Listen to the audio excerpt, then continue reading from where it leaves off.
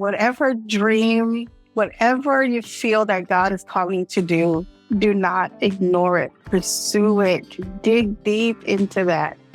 Because that calling that you feel, that nagging within your heart, it will not go away until you answer it. So if you don't want God to nag you anymore, respond to that call. Hello and welcome to Along the Way Life's Journey. I'm your host, Carl Buccellato. As I've told you many, many times, I've had the great fortune of traveling millions of miles around this beautiful earth of ours. And I've met some wonderful people that come from every walk of life. And the one thing that I have learned is that everybody has a story. And if you listen carefully, their stories very often can motivate and inspire you to be more than who you are on your own. I know it did for me, made me a much better man. I have such a woman with me today. Her name is Natalie Gonzalez. And Natalie is a former teacher, but she's a life coach. She's a counselor. She has her own podcast. She has her own website. And she's going to talk to us today about all of the ways she has been moved by God to reach out and help other people. Look at that smile. How could she go wrong? Natalie, welcome to the show. Welcome to the show. Thank you. It's a pleasure. Thank you for having me. I appreciate you sharing your platform with me. Yes, I'm excited to be here, and I really enjoy the title of your podcast, your show that you have, because there's a lot that we can learn along the way in our journeys. So much, and if we just take time to stop and actually look and really see. That's the key. How many of us rush through life and we don't stop, like they say, stop and smell the flowers, smell the roses? Well, it's much more than roses. Meeting people, seeing smiles, hearing something in a word that's passed, and suddenly you're in a deep conversation with someone that you've never met before. And yet you have such a contribution for your life. And it only happens if you stop and listen. Absolutely. So tell us a little bit something about yourself and how, your background and how you came to where you are today and what you feel your mission is. Everybody has their mission. You tell us your mission, but tell us about your background first. All right. Yes, of course. Well, I have been working in ministry for a decade or so, and also pastoring for a time. And so, while in my journey of pastoring, within I would say my fourth year of leading a church, I would say I began to feel a little bit unfulfilled, and I found that so odd. I'm just like, Lord, I feel like I'm doing what you called me to do. I'm working with people in the community and just, serving people in such wonderful ways, but there was still yet something that I wasn't feeling fulfilled. And it really, really messed with me for a little while. And actually really messed with my faith for a little bit. Feeling that it was something wrong with me, that I wasn't doing something right. And so, and during that time of contemplation and really toiling with that, I was like, God, what am I doing? Well, what am I not doing? and so, I felt that like God had said to me, well, you have a tremendous story that can help women. Help them. I'm just like, okay, well, how do I do that? How do I help women? And so I was led, God led me to this life coach that I worked with about I would say almost 3 years ago now. And so, in working with her, really helped me shift and become a really better version of myself and understanding gifts that I didn't realize that I actually had. And so in doing this, I felt like this is what I am called to do, especially when it comes towards women. And, being in ministry, one of the things that I've heard more than once from many people is that they've said that they felt like they don't have a purpose. They have no use to be in this life. And that's really sad, to hear, because God has created with all of us with intention and purpose. And so in my coaching that I do and tied in with the spiritual aspect as, being a pastor, um, it's a great combination to help people um, get to the level that they're designed to reach in their life. So not just personally, but also spiritually as well. Yeah. I can remember years ago as a young man going over a similar lament myself, and a very wise pastor that priest said to me that day, he said, your problem is pride. I said, pride? I don't think I'm a prideful person. He says, yeah, if you don't think you're good enough, that means God didn't make you well enough. And that's not true. So put your pride aside and use the tools he gave you. I never thought of it that way before, but I recognize it then. It's true. All we have to do is open our hands and our hearts. Let him work through us. It's amazing what he can do. Yes. As long as we're willing, yes. That's right.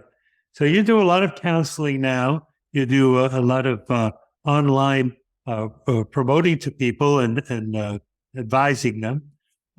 Is it primarily how your ministry works now, online, or do you have courses and people that you meet in local areas? I'm sure you do speeches and programs around the country now.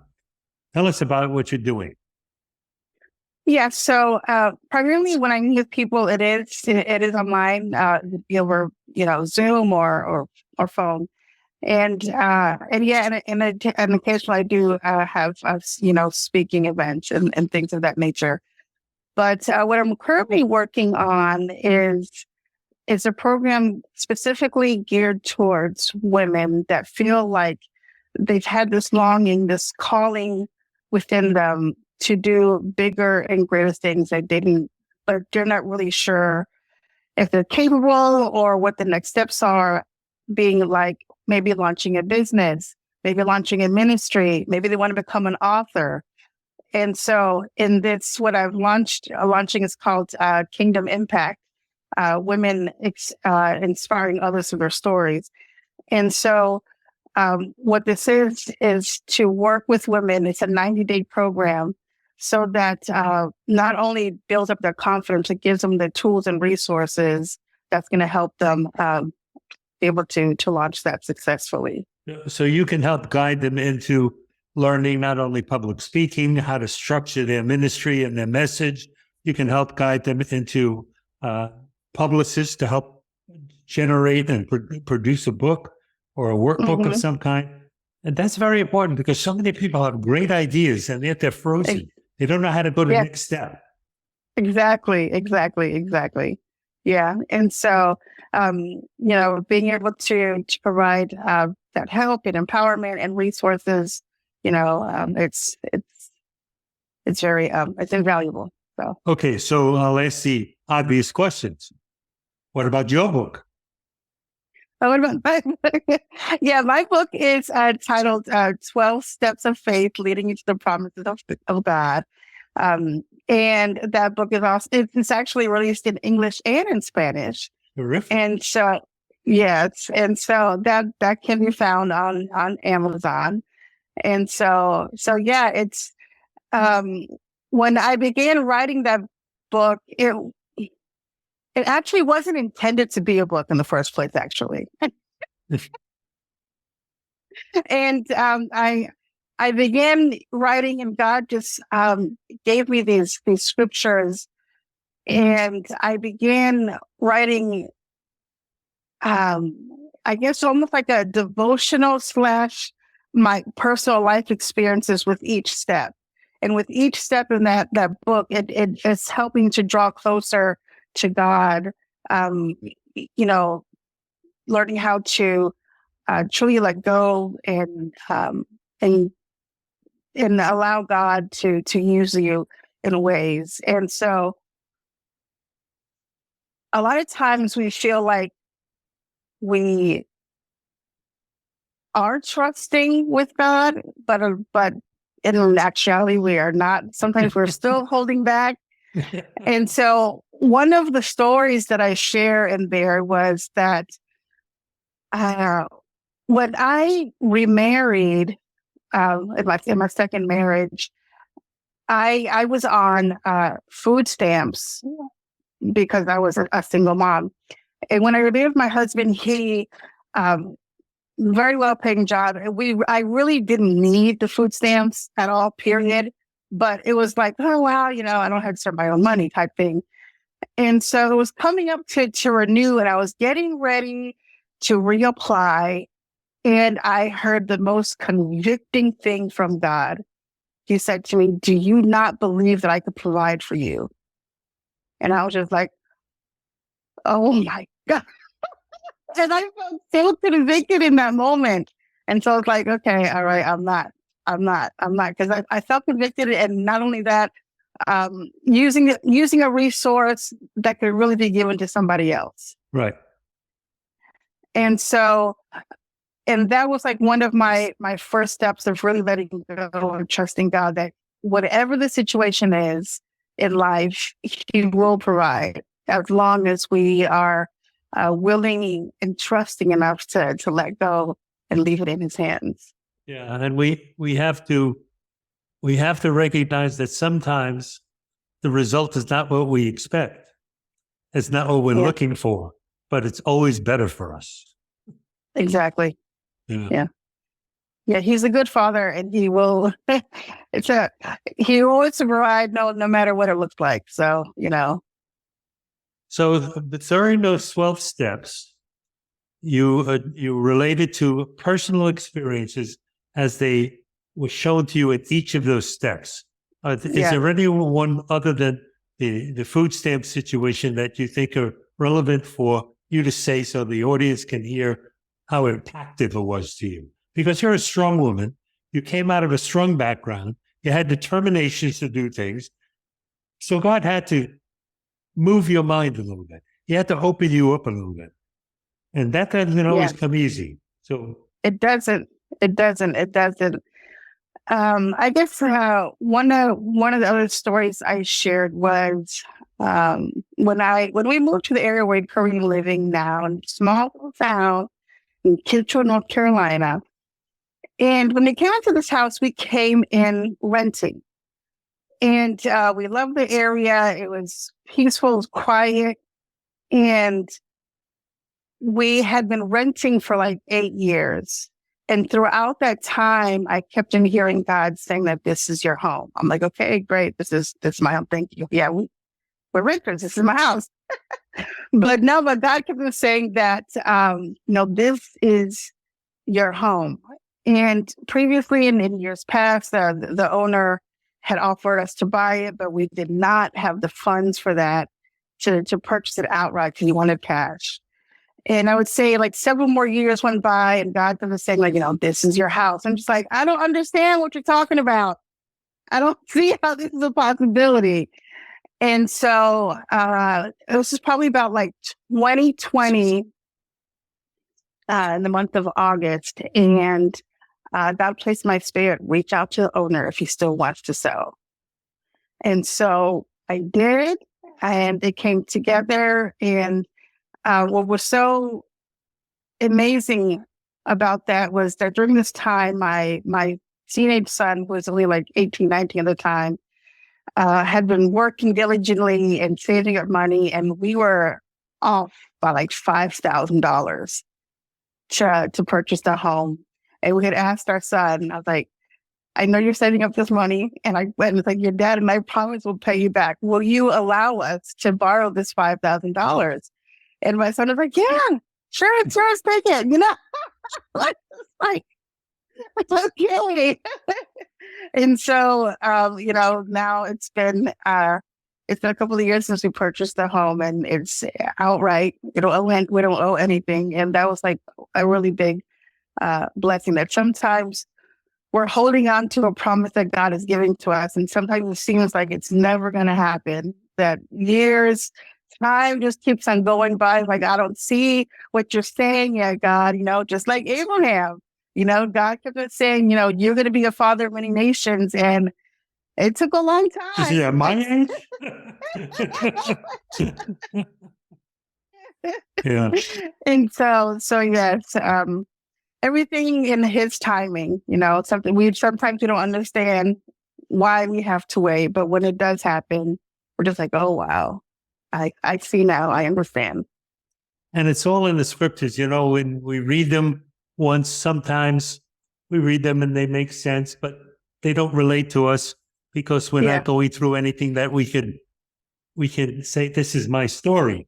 And then Yeah. sometimes in life we come back to the same thing and we're so vividly living through the same experience. It's like Yeah. he put those words on that paper just for me, just to read them Exactly. today, Mm-hmm. and it's an amazing story, really.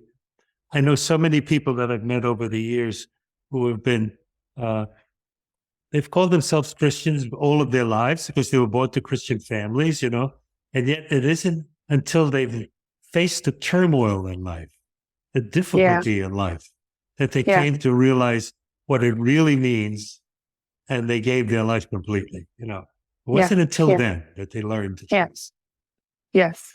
Yes. Yeah, we can't all live in marshmallow worlds, Yeah. As much as we think we'd like to, but yeah. Okay, so how big is your practice growing these days? What is the typical workload for you with people that you deal with? As you mean, as number of clients? Is that what you're asking? Well, or I know you have a network of clients that you need to attend to. It takes up most of your day. And then you have some time you have to put aside for doing preparation for programs and online stuff. And, for people who want to know how difficult is the actual physical labor force of it. I want to do it, but I don't know if I have the time. Yeah. Well, when it comes to whether it doesn't matter whatever it is you're launching, whether it's a business, a book, a ministry, you have to make sure that you set aside time. You have to be diligent. You have to be intentional in doing it, because if not, it's not going to happen. Is it always easy? No, it's not. You're going to have some challenges, but if you push through and continue reaching for your goal, and sometimes we have setbacks. Sometimes we have days that it seems like it's a great success, and so we have to take that in account. And so for me, not only am I working with clients personally one-on-one, but I also do group coaching, and currently working with a ministry called the Ministry Collaborative that is geared specifically for pastors, because pastors, being that I was working as a pastor, I understand the difficulties, the challenges, and the loneliness sometimes that we feel working in ministry, that we feel like that people just don't understand, because in all honesty, pastors don't have a pastor. That's right. They don't have anyone to turn to. And so that's something else that I work with as well. That's why pastors need to be surrounded by people who become their personal accountability. They need to have people they go to and people they pray with, because it's so important. They're under attack all the time. And if they don't have support, it's a terrible thing. We look at what's happened in the modern American church. So many great names have fallen because they didn't have accountability. They didn't have people with them to say, you better stop and look at that again, because incidentally and subtly around the time the deceiver comes in. Yeah. So what's your opinion about, there's a lot of talk in the press these days with the political things oppressing Christians and oppressing our way of life.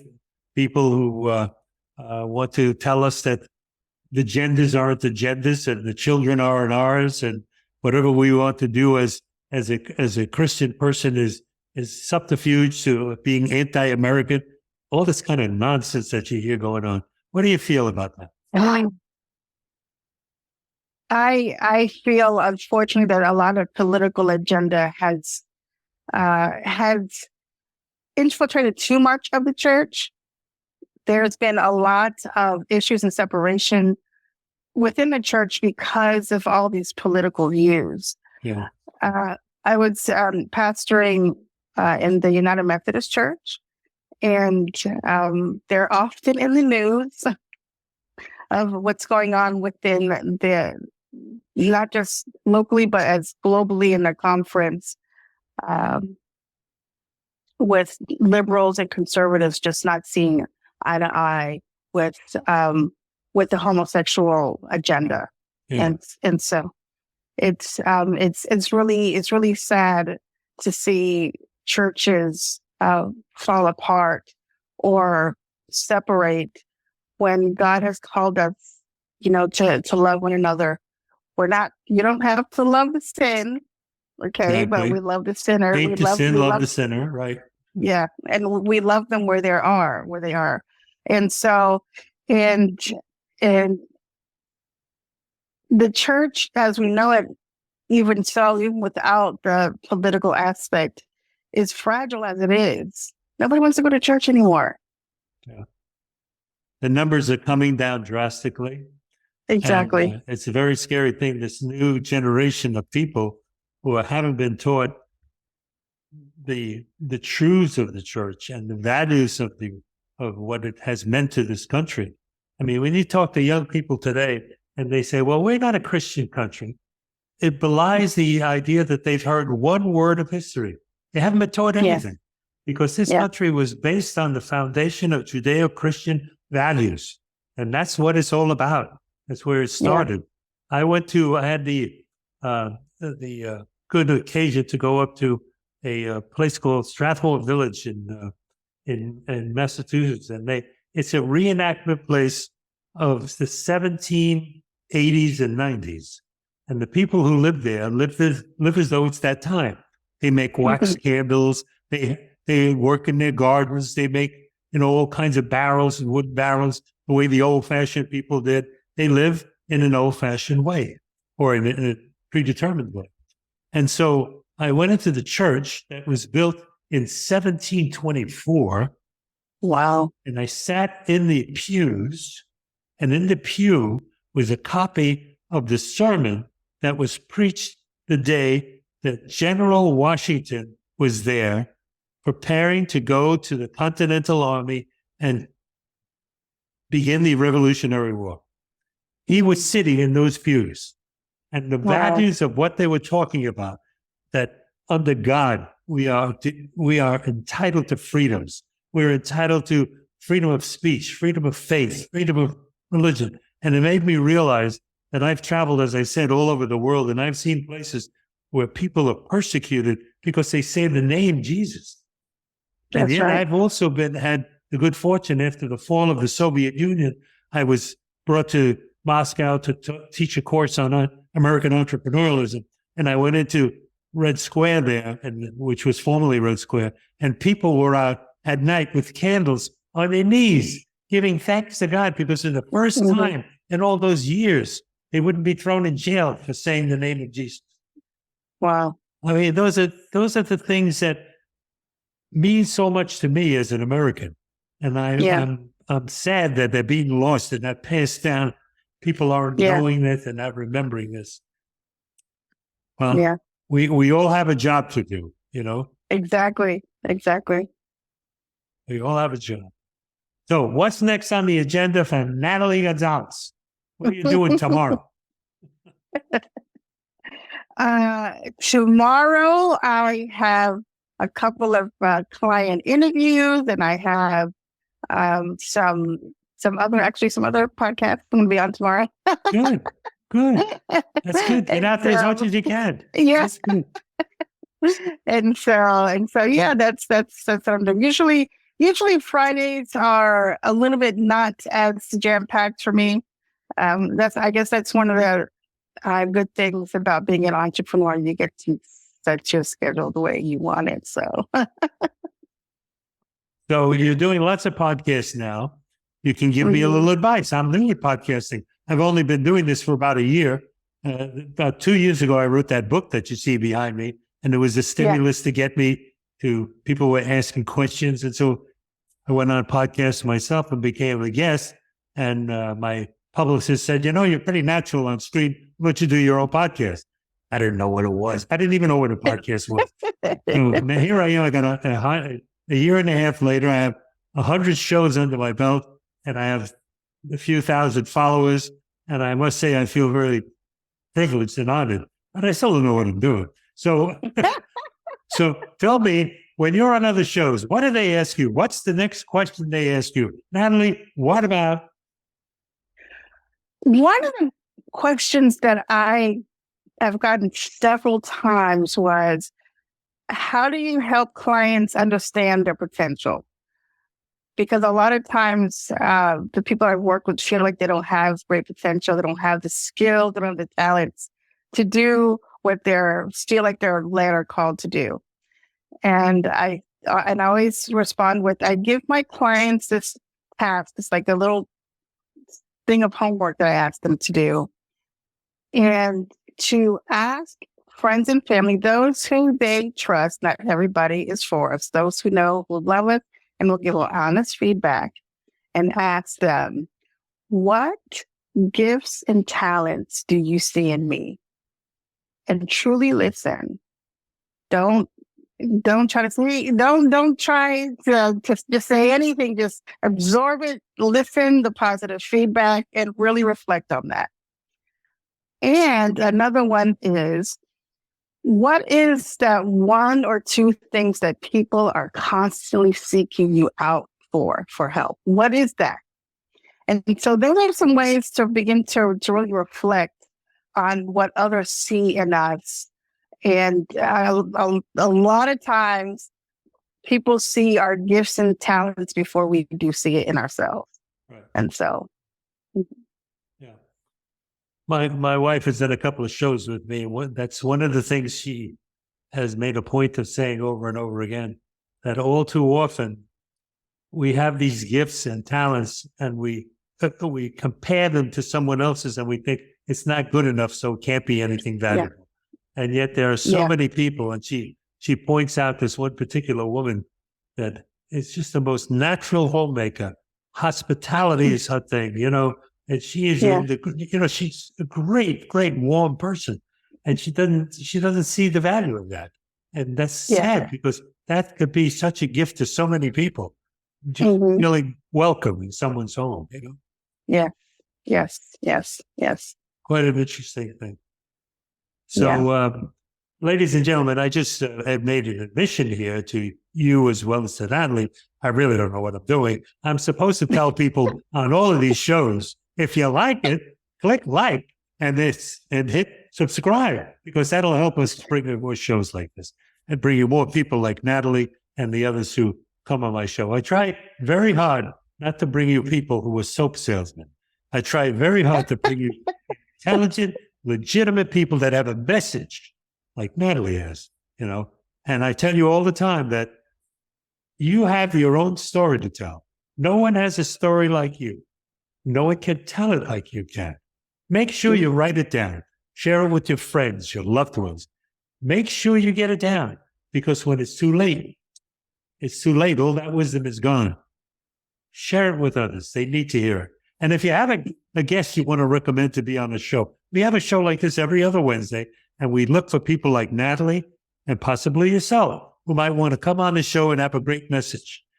If God has influenced you, if you've been touched by somebody else, been motivated and inspired by somebody else's story, and it's helped you in your life, come and tell us about it. We're an open platform here. And also, occasionally, you will find that there are people that don't agree with that. For whatever the reason, they don't agree with God and his mission in the world. And so they have some comments they want to make. And occasionally, I will allow them the platform to come and speak. You're going to be hearing one or two within the next couple of months. But ironically, every time they come on the show, the wolf becomes a pussycat. And he doesn't roar the way he did before. And for some reason, he remembers something from his past, from his childhood, something that inspired and sparked him. And that's God's way of saying, I'm not through with you yet. I'm not through with you yet. But Natalie, thank you so much for being on the show today. I really my pleasure. You folks don't know, we did a show once before. Natalie and I are old friends now, because we did a show once before.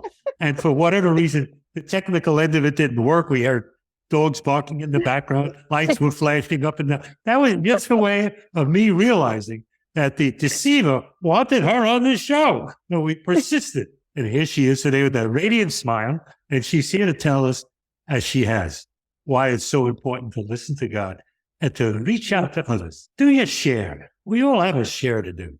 Do your share. So, ladies and gentlemen, I thank you for being here with us today. I hope this made sense to you. It certainly did to me. Natalie, I thank you so much. And before I close off, I want to give you a few minutes to say anything you want to say before I close the show. What would you like to tell the people? I would like to tell people that whatever dream, whatever you feel that God is calling you to do not ignore it. Pursue it. Dig deep into that. Because that calling that you feel, that nagging within your heart, it will not go away until you answer it. So if you don't want God to nag you anymore, respond to that call. Right. You'll be glad that you did. And do it willingly. It's a joy. It really is a joy. It is. Okay, well, Natalie, thank you so much. Ladies and gentlemen, again, I say we do these shows every other Wednesday. If you know someone you'd like to recommend, certainly recommend them to us. If you like the show, hit like, hit subscribe. My producers remind me all the time I forget to say that, but I'm saying it twice now. Well, maybe we'll make up for it then. But I will leave you with my message. This is a message that's very important to me and very true to me. I'm a big blustery guy from Brooklyn, an old man. What do I know? I know this. What you need to do today is grab somebody in a bear and tell them you love them. Because you may be the only one that ever tells them those words. And they need to know that God loves them. You must tell people how important they are to you. It's our job in life. It's our share to do. Natalie, I love you today. Thank you. Bye-bye. So long, folks. Bye.